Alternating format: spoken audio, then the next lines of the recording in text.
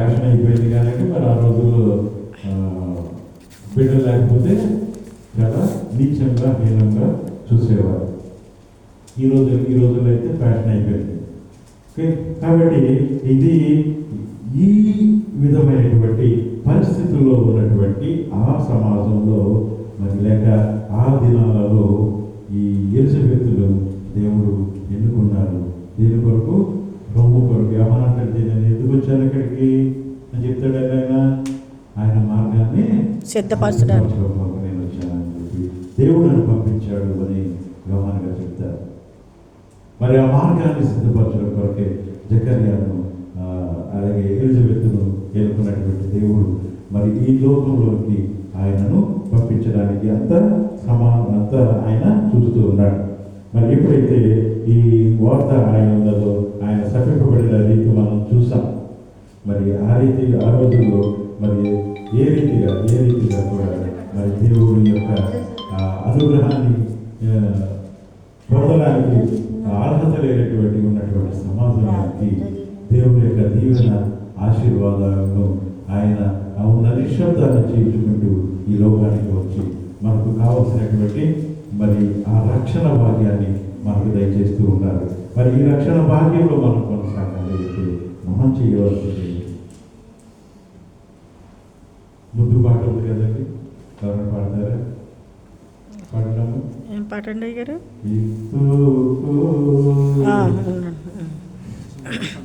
నేడు దేవుడు నిన్ను చూడవచ్చినాడు,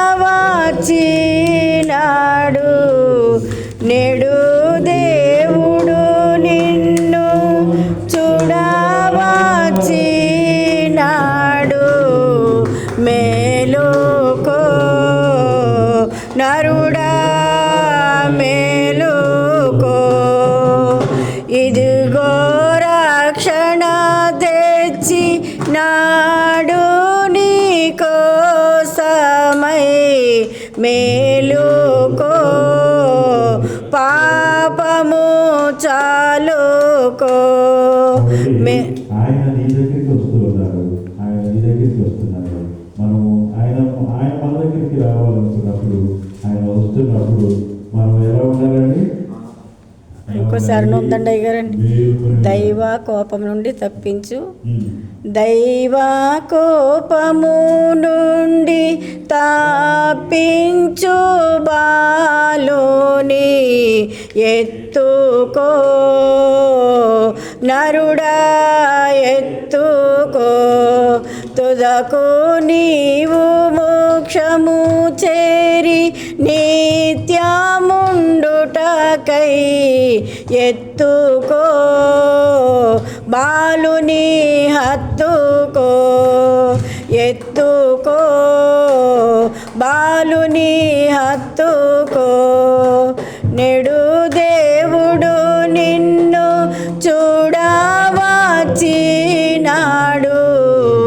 మేలుకో నరుడా మేలుకో. మరి ప్రభువు ఆయన నీ దగ్గరికి వచ్చాడు. ఆయన నీ దగ్గరికి వచ్చినప్పుడు మరి మనం ఏం చేయాలి? ఆయనను ఎత్తుకొని ముద్దాడాలి కదా. తండ్రి కనుక కుమారుని ముందు పెట్టుకోకపోతే ఏమవుతుందండి? కోపం వస్తుంది, వారిద్దరి మధ్య దూరం పెరిగిపోతుంది. మరి ఆయన నీ దగ్గరికి వచ్చాడు కొంత బాధగా. ఆయన మనం తీసుకోవాల్సింది ఏంటంటే, మరి సిమియోను గారు ఏం చేశారు? చేతిలోకి తీసుకున్నాడు. చేతిలోకి తీసుకుని ఆయన ఏమని పిలిచారు? సిమియోను గారు నాదా అని పిలిచారు. నాదా అని ఎందుకు పిలిచారో తెలుసా? ఆయన ఎత్తుకున్నప్పుడు ఆయన ఉన్నదే ఈయన చూడడం కోసం. ఆయనకున్న వరం ఏమిటి? సిమియోను గారికి ఉన్న వరం ఏంటి? దేవుడిని ఆయన మరణం లేనివాడు. మరి తీసుకున్న తర్వాత, చేతుల్లోకి తీసుకున్న తర్వాత, ఆయన బుద్ధాన్ని ఎత్తుకున్న తర్వాత ఆయన కనిపించినది మొత్తం కనిపించింది. ఆయన మరి గారితో ఒకటే మాట ఏమన్నారు? అమ్మా, లోక పాపాలను మోసుకుని కూడా వచ్చినటువంటి ఈ బిడ్డ మరి ఆయన చనిపోబోతాడు. తద్వారా నీ హృదయంలో ఖడ్గము దూసుకుపోబడుతుంది అని ఆయన చెప్పినారు. దేని కొరకు, మరి ఆయన నీ కొరకు, ఆయన నిన్ను ఆశీర్వదించాడు నిన్ను కాపాడడానికి, మరి నీ పాపాల నుంచి నన్ను రక్షించడానికి ఆయన ఈ లోకానికి వచ్చి ఉండగా మరి ఆ ప్రభు సన్నిధిలో మనము నిత్యము ఉండవలసిన వారమై ఉన్నాం. ఆయనను ఎత్తుకొనవలసిన వారమై ఉన్నాం. ఆయనను ముందు పెట్టుకునవలసిన వారమై ఉన్నాం. ఆయనకు లాలి పాటలు జోల పాటలు పాడవలసిన వారమై ఉన్నాం. మరి మనము దేవునికి మనంతగా దగ్గరగా ఉంటే, ఎప్పుడైతే దేవునికి దగ్గరగా మనం ఉంటామో మనకు కలిగే లాభం ఏమిటండి? మనకు కలిగేది ఏమిటండి? దీనికి ఏం కలుగుతుంది? మనకు ప్రత్యక్షత అనేది కలుగుతుంది, అంతే కదండి. మరి ధ్యానంలో ఉంటే ఏం కలుగుతుంది? మనకు ప్రత్యక్షత కలుగుతుంది. కాబట్టి ధ్యానం ఎప్పుడు వస్తుంది? ధ్యానం ఎప్పుడు చేయగలం మనం? దేవునికి దగ్గరగా ఉండి నువ్వు ధ్యానం చేస్తూ ఉంటే కనుక మరి దేవుని ప్రత్యక్షత నీకు కలుగుతుంది. దేవునికి ఎప్పుడైనా ఏమాత్రం దూరంగా జరిగామా ఏమవుతుందండి? మన యాంత్రిక జీవితంలో కదా ఉన్నాం. మనం ఉన్నదంతా లోక జీవితం అంతా ఏ జీవితం అండి?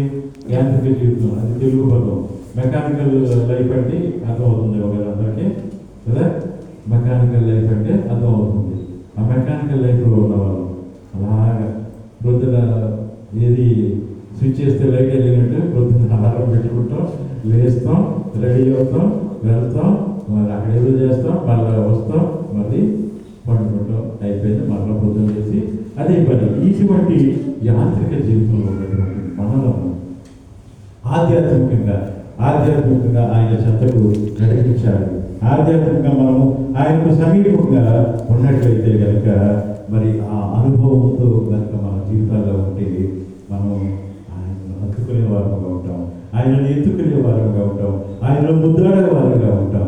తద్వారా ఆయనకు మనకి ఉన్నటువంటి దూరం పెరుగుతుందంటారా తగ్గుతుందంటారా? అమ్మా, ఆయన ఎత్తుకున్నాం, ముద్దు పెట్టుకున్నాం, హత్తుకుంటున్నాం, మరి ఆయన కొనియాడుతున్నాం.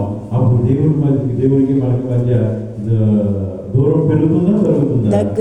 తరుగుతుంది. దేవుడు మనకు మధ్య దూరం జరుగుతుంది. కాబట్టి మనము ఆయనకు ఎప్పుడు కూడా అతి సమీపంలో ఉండవలసిన వారమై ఉన్నాం. మరి దేవుని పనిలో ఉండగినట్ట దేవుని ప్రత్యక్షత మనకు లభిస్తుంది. దేవుని పని అంటే అన్ని ఏ విధమైన చర్చ యాక్టివిటీస్, దేవునికి సంబంధించినటువంటి ఏ యాక్టివిటీలో ఉన్నా కూడా దేవుని యొక్క ప్రత్యక్షత మనకు కలుగుతుంటుంది. మరి దేవుడికి సమీపంగా ఉండేటప్పుడు మరియ దేవుని పనిలో ఉన్నప్పుడు మనకు దేవుని యొక్క ప్రత్యక్షత మనకు లభిస్తుంది. మనం చూసిన దానికైతే జకర్యా భయపడకు, నీ ప్రార్థనకు జవాబు దొరికింది. ఇక జాగ్రత్తగా మనం అర్థం చేసుకోవాల్సిన వాళ్ళు ఏమంటున్నారండి? జకర్యా భయపడకు, నీ ప్రార్థనకు జవాబు దొరికింది. ఏం అర్థం చేసుకోవాలి అంటే, జకర్యా నీ ప్రార్థనకు జవాబు దొరికింది. నేను ప్రార్థన చేస్తున్నది ఏంటి? నేను బహుకాలం గడిచేట వృద్ధుల్లో సంతానం కలగదని తెలుసు. కాబట్టి ఇతను విశ్వాసంతో అయినా కూడా ఈయన విశ్వాసంలో సడలిపోలేదు, కానీ మరి ఆగని విశ్వాసంతో సాగిన ప్రార్థన చేసిన వాడై ఉన్నాడు జకర్యా.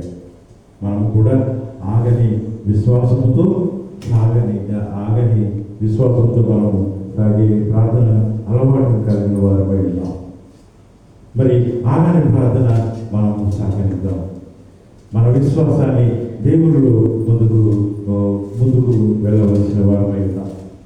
ఆయన నీ కొరకు నా కొరకు మరి ఈ లోకానికి వచ్చి నన్ను మరి ఉద్ధరించడానికి ఆయన ఈ లోకానికి వచ్చారు. ఆయనకి ఎవరైనా మరి అబ్బాయి ఇంట్లో నీకు ఎంతకాలం కావాలంటే అంతకాలం ఉండాలి, ఉండొచ్చు రా అని చెప్పేసి అంటే మనం వెళ్తామా? వెళ్ళమండి, వెళ్తాం కదా.